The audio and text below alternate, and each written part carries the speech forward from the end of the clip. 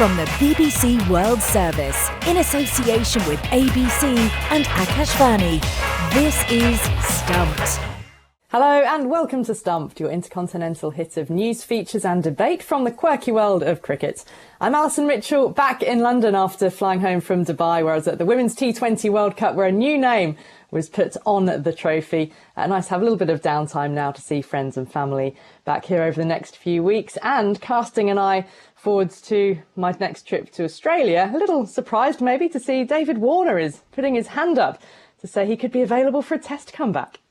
Yes, I'm Clint Wilden for the ABC in Perth, where that story, Ali, certainly has got people talking. All the cricket discussion is centred around who will open for the Australians when they take on India next month, the start of the Test series. And no one really is putting their hand up, except David Warner in the newspapers, who said, look, I'm available if you'd like me to play. I don't think that that's going to happen. And with good reason. We know that he's retired. We know his age. The Australians just have to sort out who is going to be at the top of the order. Do they pick an opener? Do they shuffle somebody else up there? We know Stephen Smith is expected to slide back down to 4. I still think, so this is not hindsight. We said this at the time. The selectors they really should have decided on who was going to take that job long term when they had the opportunity to do so against the West Indies and the New Zealand Test series last year, or last cricket year here in Australia. So we still wait to find out who will fill that spot. Lots to chat about there. Welcome to the show, Clint. I suppose I know your view on Warner's offer, but more of that later. This is Charu Sharma for Akashvani, once again in Bangalore, where it's been raining and storming. And unfortunately, just the one day we needed that rain and storm, it didn't. And that's how India went down to New Zealand the first test. But we're in the middle of the second, with the Indians looking to desperately claw their way back to a tie. And of course, by the way, the New Zealand women are here in India, and the Indians are looking for a little bit of revenge in that 3-match one-day international series. Great to see you, Clinton, to have you with us. Good to see you as well, Charu. I mean, what a week or so it has been for New Zealand cricket, though, the women and the men. And so we have to start with the Women's T20 World Cup. The dust has finally settled on the tournament. And yes, New Zealand, the White Ferns, crowned surprise champions after what was a comprehensive 32-run win over South Africa in the final under the lights in Dubai. And it's an incredible story, really, because they had lost 10 matches in a row coming into the tournament. They had just toured England over the summer. I'd covered a lot of those matches. They were beaten thoroughly.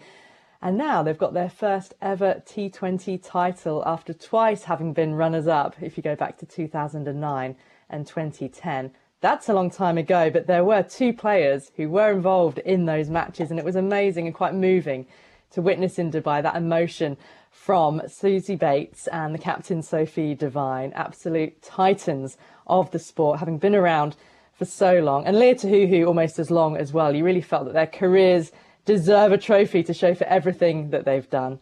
And it's the first time that the ICC introduced equal prize money for its men's and women's tournaments. So it means that the New Zealanders take home $2.34 million and South Africa 1.7 million. Huge amounts. Well, earlier in the week, fresh off the back of victory, I caught up with the White Ferns all-rounder Maddie Green, who debuted back in 2012. So how does it feel to finally get that winner's medal around her neck? It's been a bit surreal, to be honest. I think it's going to take a little while for some of our group for it to sink in, but yeah, really exciting. Obviously, it's sort of been a testing sort of 6 months for the group.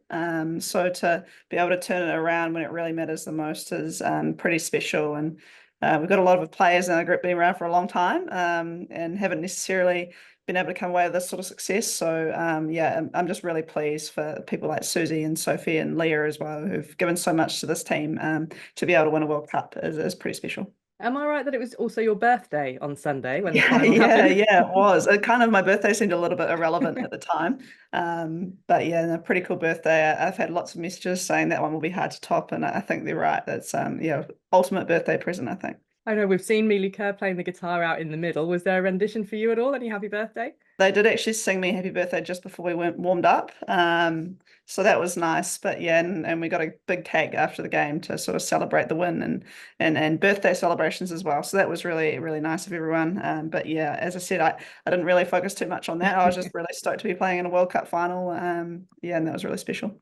Talk us through the match, I suppose, and the you went out really aggressively with the bats against South Africa. Was that a real conscious decision? Because there was a lot of charging going on. I mean, you got off to a brilliant start.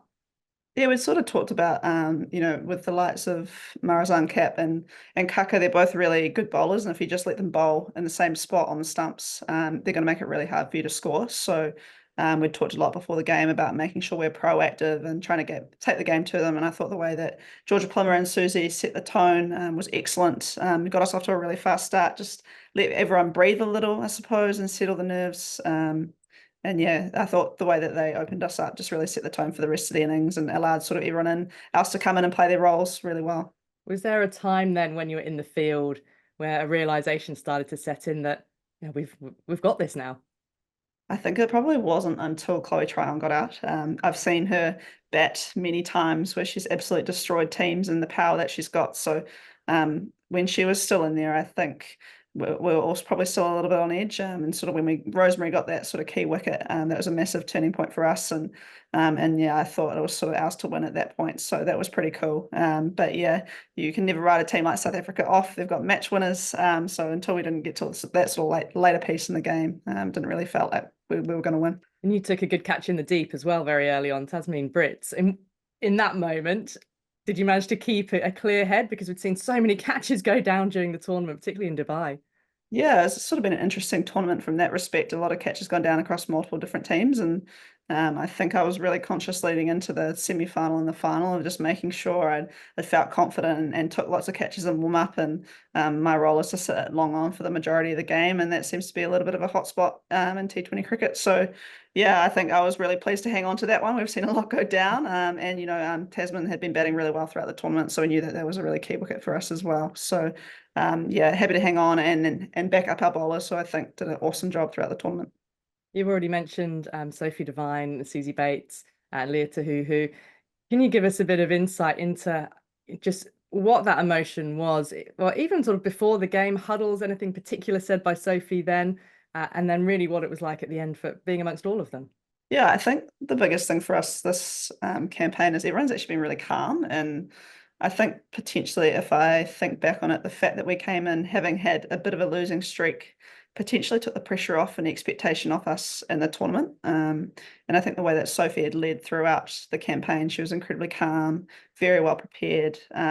So before the game, she'd been pretty consistent, I guess, in her messaging and what we were trying to do and just focusing on what we were trying to execute and our game plans and things like that, as opposed to getting too overawed by the occasion. But I think as well, the messages were like, let's soak up the moment and enjoy being in a World Cup final, because it'd been a long time since New Zealand had been in that position. And a lot of us hadn't even played in a semi-final of a RCC event. So yeah, I think they were great at letting us enjoy the moment, and but we've been really focused throughout the campaign, and I think Sophie led that brilliantly. What was the song then that was sung by you all on the outfield afterwards when Mealy was playing the guitar? It's a Waiata or a Māori song that we sort of sing sometimes in our group when we're either welcoming someone or farewelling someone from our group. And obviously Sophie's standing down as T20 captain. So Mealy and Susie thought it'd be a great idea if we could get onto the pitch and sing that for her in her last game as T20 captain. So that was really special to be able to do that, and a few emotions going around for all the girls. And I think we were just so happy that, she can end her reign as T20 captain, I guess, going out on a hugely positive note was really cool for her. Yeah, it was amazing. Was that something then that was very sort of spur of the moment? Or if it's a song that you sing regularly, was everybody familiar with it? Or had you specifically thought this will happen, we better make sure we all know the lines and we'll do this for Sophie? Yeah, we talked about it before the game, Susie, Mealy and I, around the fact that we wanted to do that for her after the game, win or lose. And I guess being able to win and sing that on the middle of the pitch was pretty special. We actually haven't sung it for a little while. I feel like we've had a pretty consistent group over the last wee while. So I think at one point I was laughing because I think Susie stuffed up one of the lines, but yeah, it was really nice, a really nice moment for us. And yeah, really special to be able to also bring that as part of our culture as a team and yeah, be able to sing that for Soph. Yeah, because it's gone wildly viral. Have you been aware of that? I've seen a few videos. Yeah, I think Jessica and Melika are so musical in our team, and the fact that they lead that song, it's really cool. And I know they're getting lots of messages from back home around their musical abilities, and they're such talented girls. So yeah, it's been cool to sort of see things on social media, and yeah, I guess for us, yeah, having that multicultural as part of our team and what we're trying to do is cool too. Yeah, how would you describe the culture that you do have in this team and the impact that you hope that this win will have going forwards as well? Yeah, I think we've got a really close-knit group. Obviously, sometimes when you lose, it's not easy, but we've stuck really tight over the last wee while. We talk a lot about our team, sort of our values being care and competing, and that care factor is huge for us. And you know, that's obviously led by people like Sophie and Susie, and we stick really tight, and it hasn't been easy, but we know how hard each other works. It's there's a lot that goes on behind the scenes that people don't see, and that's sort of led from the top. So yeah, we get on really, really well. So it was just really nice as a group. We know it's been a really challenging sort of 6 months from a results point of view. So to be able to turn it around and the way that we did, and everyone just works really hard for each other, was really special. And could you quite believe that Australia, when they were knocked out and weren't going to make it to a final, what was that reaction? So I'm guessing you were all watching that game, were you? Yeah, we were. I think there was a few games throughout the tournament that were probably quite surprising, and I think that's just the nature of T20 cricket. I think every team around the world is getting more professional, and their setups back home and the domestic competitions as well are getting more professional, and so we're seeing the gap closing, I think, and T20 cricket just brings every team closer together as well. So yeah, it was interesting to not have a final without Australia or England or India, the big three, I suppose. But great for the global game, I think, just to have a new winner, and yeah, other teams probably putting their hands up in this tournament. And I think probably the conditions as well potentially brought some teams together. And yeah, it was a South Africa played an amazing game in that semi-final, and it was pretty impressive to watch them sort of knock off Australia relatively easily, I guess, in the end. But yeah, so it was a really interesting tournament. I don't think anyone would have put their hands up and said at the start of the tournament that they would have predicted how it would have gone. So yeah, it was cool in that respect. And have you been able to see much in the way of friends and family yet? We knew that some came onto the outfield afterwards, but you're in India now, so it's going to be a while before you actually get back to New Zealand, isn't it, and have any sort of homecoming? Yeah, we don't get back into New Zealand until the 2nd or so of November, I think. We've got a really important one-day international series here in India, in the context of the championship for us. So yeah, we had a few friends and family fly over sort of last minute and get in the morning of the final, which is really special to have them over there. And we sort of celebrated with them in the changing room for a little bit after the game, and lots of phone calls to home. And yeah, it sounds like it's been pretty big news story at home, which is amazing, and hopefully helps gain some traction for women's cricket in New Zealand, and hopefully inspires a few more girls and boys to pick up some cricket bats this summer. And it's sort of perfect, really. We're just heading into cricket season back home, so you know, hopefully it helps push registrations back home, and we get lots of interest in our home summer too. And were you one of the ones, Maddie, that was down on the beach with the World Trophy as the sun was coming up in Dubai? No, I'd say most of my teammates would say I'm pretty boring, so I wasn't the one charging at 7 a.m. Like some of the girls. But yeah, great effort from them to get the trophy down to the beach and have a sunrise swim. That was pretty good effort from some of the staff as well. So oh really? Yeah. I think it was Susie, one of them. Did I see on Instagram? Leah? Susie, Leah, Brooke, some of the young ones who've got a bit more energy than some of us older ones. So yeah, and then some of the staff. So that was really cool. Nice for them to be able to celebrate. And yeah, Dubai is a pretty cool place. So great. The girls had a great time. A final word, Maddie, I mean, on Susie Bates and Sophie Devine, I mean, for the future of the team, we don't know quite how long they'll play for. I mean, whether you have any insight, but what are your hopes for this future of the New Zealand team?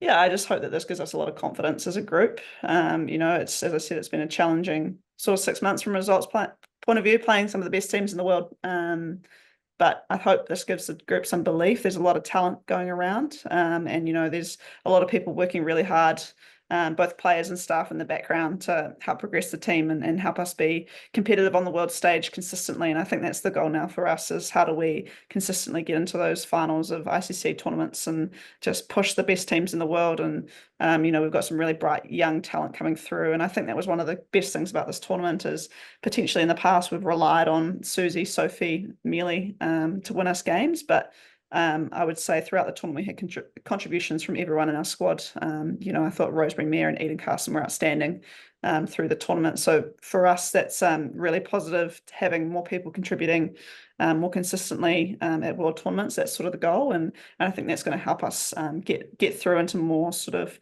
final spots going forward. So yeah, hopefully this gives us lots of confidence, gives each individual confidence in their own game, and yeah, helps sort of drive the profile of the team back home as well. Maddie, many congratulations. Good luck for your tour of India now, and enjoy it when you get back to New Zealand for more celebrations then, I'm sure. Thanks very much. That's Maddie Green then, World Cup winner, New Zealand all-rounder.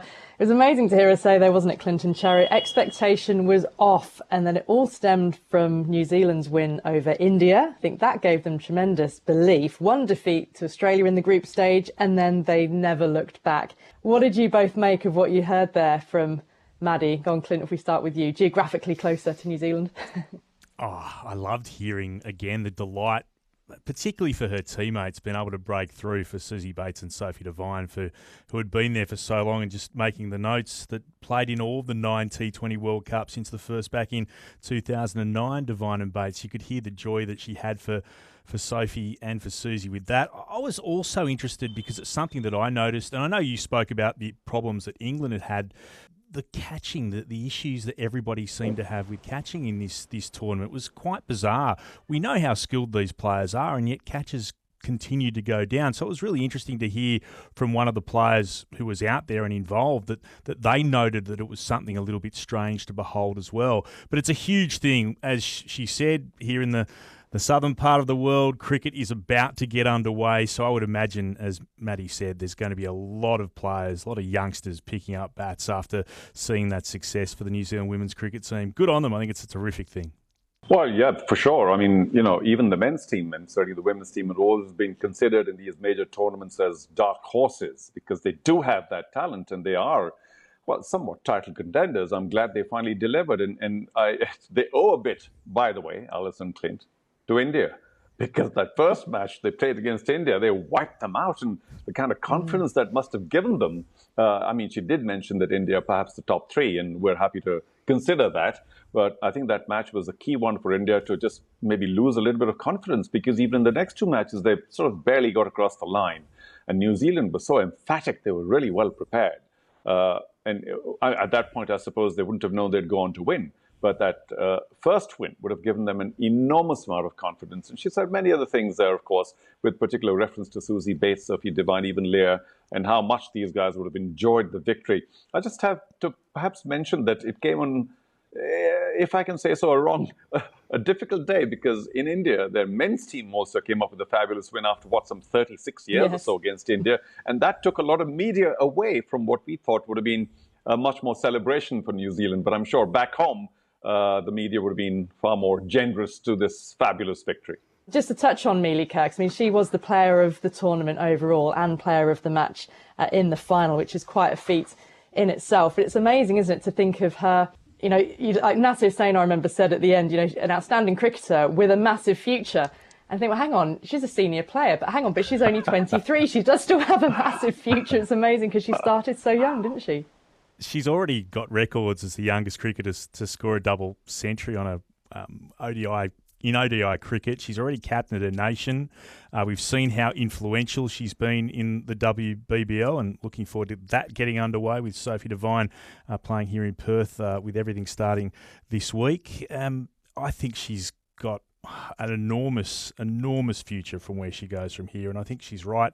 And as you say, it's incredible to think of what she's already achieved. And I can always brag, Ali, that she once had to borrow my computer at a WBBL game when it was raining because she wanted to watch.